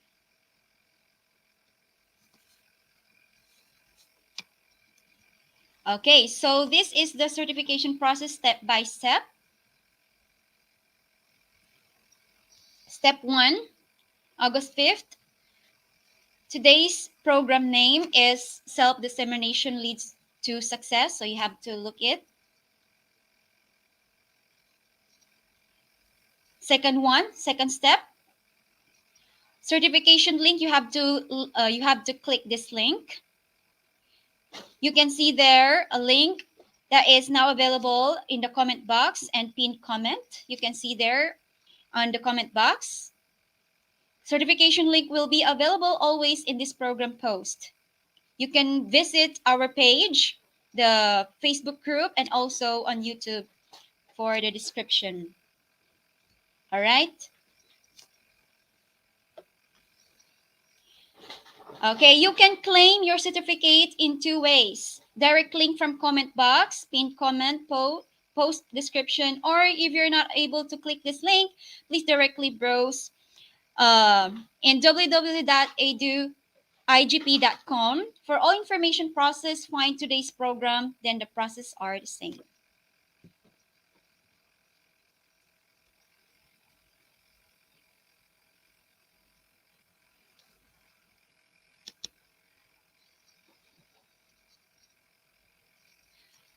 Okay, so you can browse this. We have here, as you can see, you can browse in www.eduigp.com, or you can see the link there. You will be directed to that page. We have also the YouTube link here. And when you want to get your certificate, you can also click in here. And if you want to enroll in our new webinar, you can go and log in here. Okay.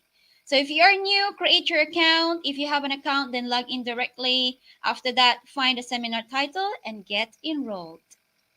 Okay, it's so easy.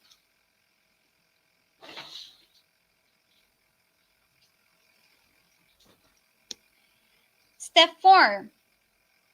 So certificate code is required. Today's program name is Self-Determination Leads to Success. So just look at this title of our webinar.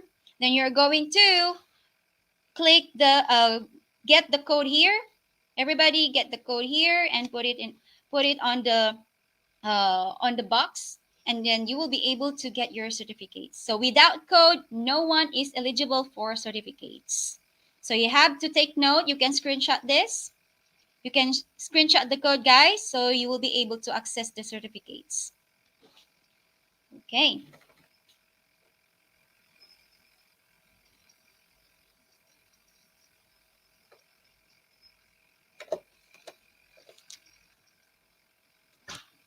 All right.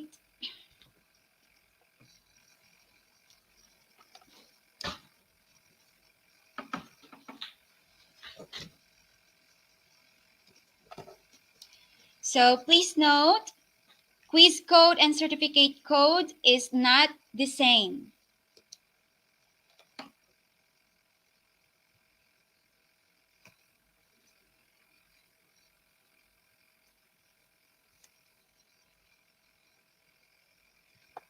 So the step 5, with code, click get your certificate.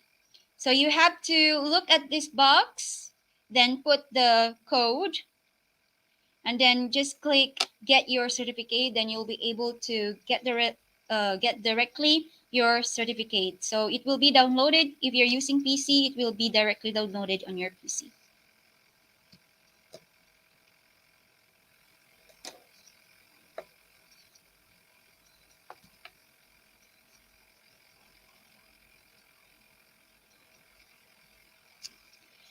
Our free international webinar certificate is auto-downloadable in PDF file, so check your device file manager. Sometimes it looks uncompleted, which is for your mobile screen size. In PDF file, everything is okay. If nothing found in your file manager, please check your browser setting or update your browser or try with another browser or try it from a laptop or desktop. So better to use your laptop if you're going to download your e-certificate. It's usually you can it's directly downloaded. It's automatically can be downloaded. Okay, so this is a sample of the e-certificate. Okay, so you'll be able to see this.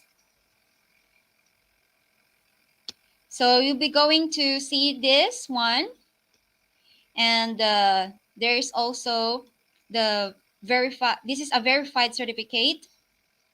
Okay, so you can use this one. You can join our all live programs from Facebook page, Facebook group, YouTube channel, website. If anyone missed any program due to some unavoidable issues, still you can attend previous webinar with verified certificate.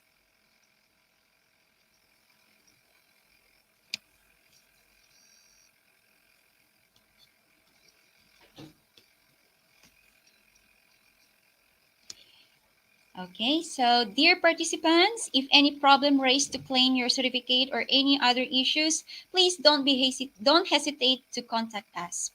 If now our website isn't working well, don't panic.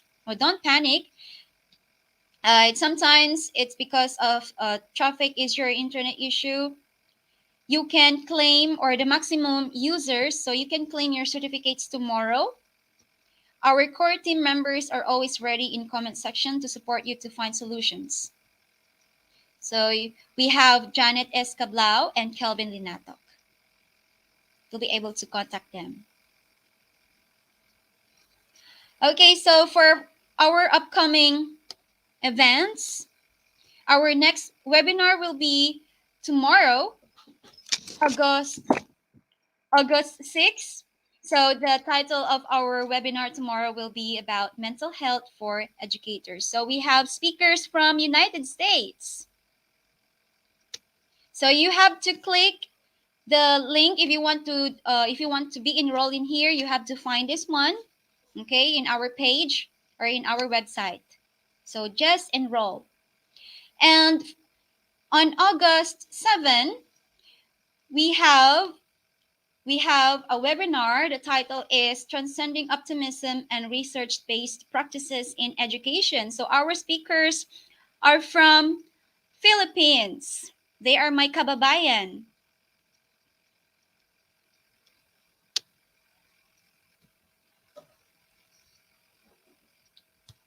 On August 8, we'll be going to have Human Resources and Conflict Management.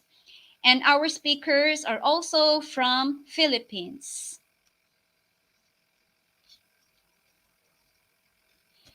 On August 9, we have Transforming the Future Through Education.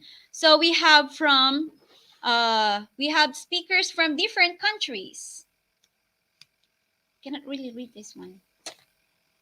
We have from India. Okay, and on August 10, we have Global Communication for Educators. So we have from Philippines, 2 speakers from Philippines and 1 from United Arab Emirates.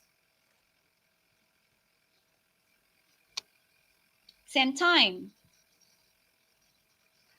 And on August 11, we have Developing Resilience. So we have speakers from United States, Nigeria, and India.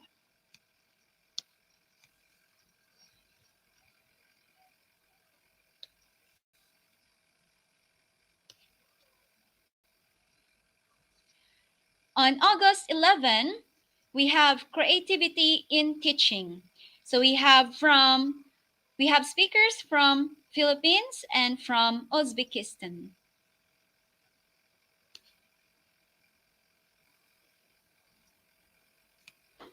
On August 13, we have leading change through uncertainty. So we have speakers from Philippines, South Africa, and United States.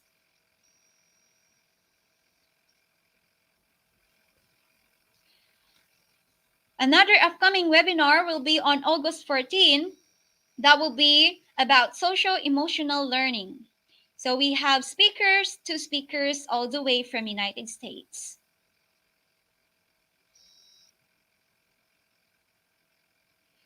On August 15, we will be going to have transformational leadership. So we have from United States, United Kingdom, and South Africa. Cannot really see. Okay. So on August 17, we have leading for success. So we have from South Africa, United Kingdom, and Ecuador.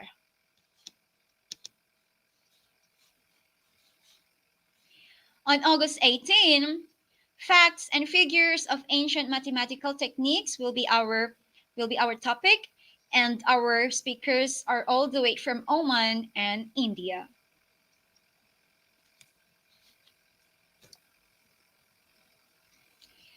On August 19, we will be going to have community engagement and empowerment.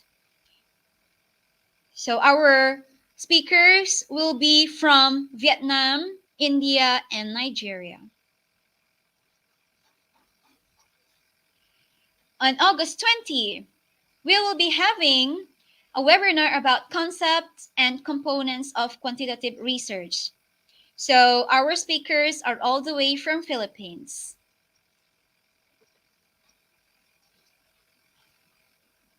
On August 21st, our topic will be about achieving success through innovation.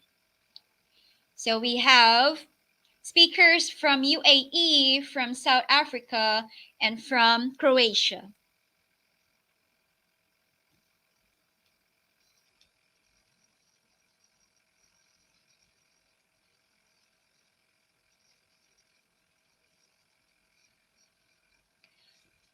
On August 23rd, we will be going to have leadership in education. So our speakers are from South Africa, from Switzerland, and from Croatia.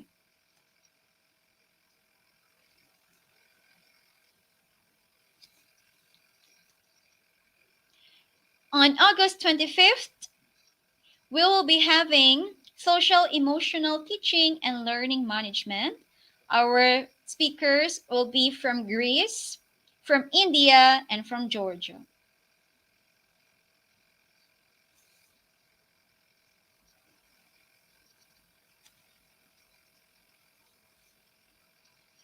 On August 27th, we will be having Thriving for Success.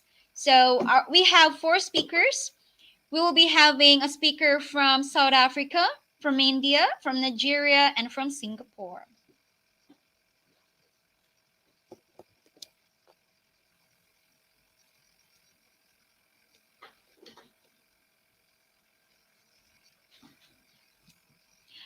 And on August 28th, we'll be having significant and dynamic trends in education. And we have speakers from Thailand. They're my professors.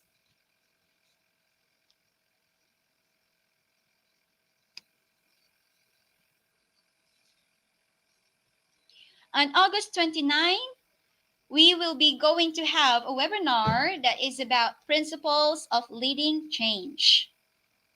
From South Africa, United Kingdom, we have 3 speakers from South Africa and 1 speaker from United Kingdom. And on August 30, we will be having meeting the challenges of the new normal in school education. So our speakers are from Philippines. They are my professors too when I was in college. And on August 31st, Our webinar will be about young leaders changing the world. So from all the way from South Africa, United Kingdom, and Vietnam.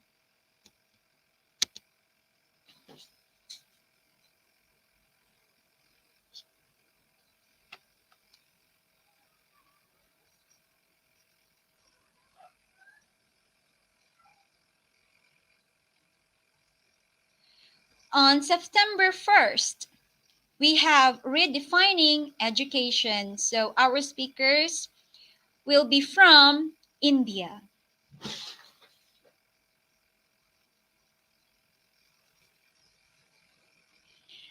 On September 3rd, our webinar is about importance of co-curricular activities in teaching and learning process. So our speakers are from India and Sri Lanka.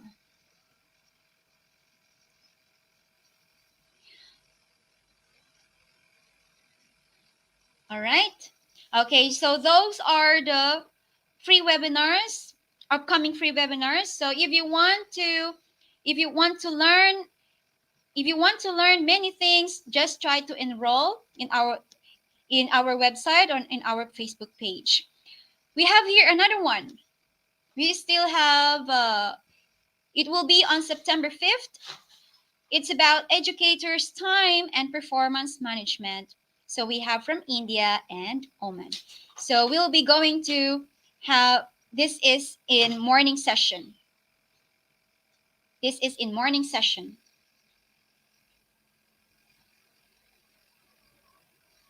Okay, so this will be on September 5th at 9:30 a.m. Okay, so this one is in evening session. It will be on September 5th at 6 p.m. So the topic is about technology of the future in education, advantages and challenges. All right, so that's enough for now. So please just try to enroll. Thank you so much, everybody. Okay. So, we still have here. So this one is on September 7th. September 7th. It's about ICT uses in everywhere. So this is in evening session. And we have the 21st skills in education and integration of technology that will be on September 9.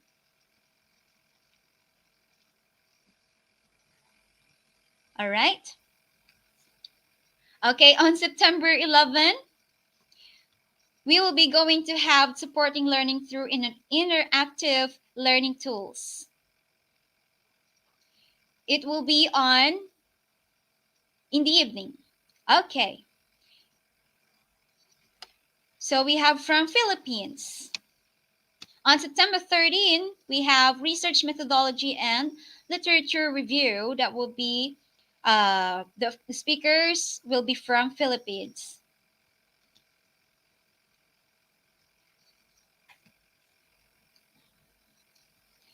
Next one is on September 19.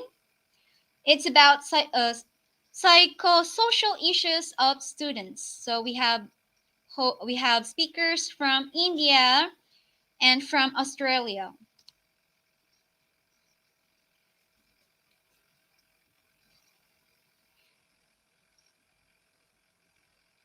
Okay, on September 24th, we will be having character formation in educational leadership. Our speakers are also from Philippines. Another one, it will be on September 25th. It's about learning across areas of math, social studies, and assessment. So our speakers are all from Philippines.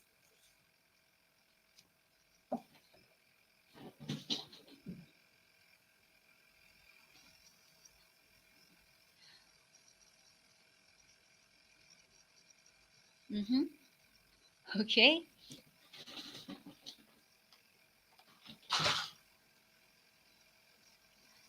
Okay, so let me go back for those people who joined earlier.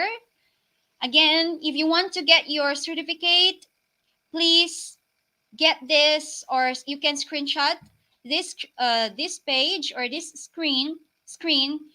Please get the code so that you will be able to get your certificate. Without code, you will not be able to access or get your certificates. So please get your code, get the code here, and put it on the box on our page. You have to look for the for the title of our webinar today, and just click the link. The title of our webinar today is about self-determination leads to success. You have to find this one, and you can see a small box there, and you just put the code, and you can get your e-certificate.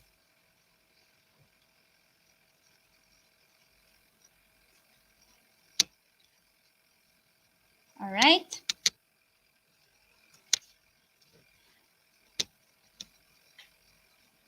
Okay, so thank you so much. Thank you so much.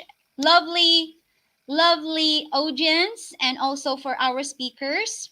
Thank you for sharing your knowledge to us. I would love to thank you all from my deep heart, from my for attending this session.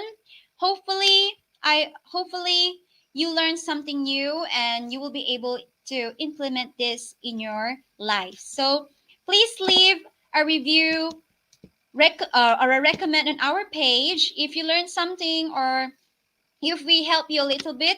And please don't forget to collect the e-certificate we have that we are going to give you. And you can check in our IGP also. And please spread the information with your friends. Okay, you can tag your friends or mention your friends in our page. So we hope to see you all again in our next webinars.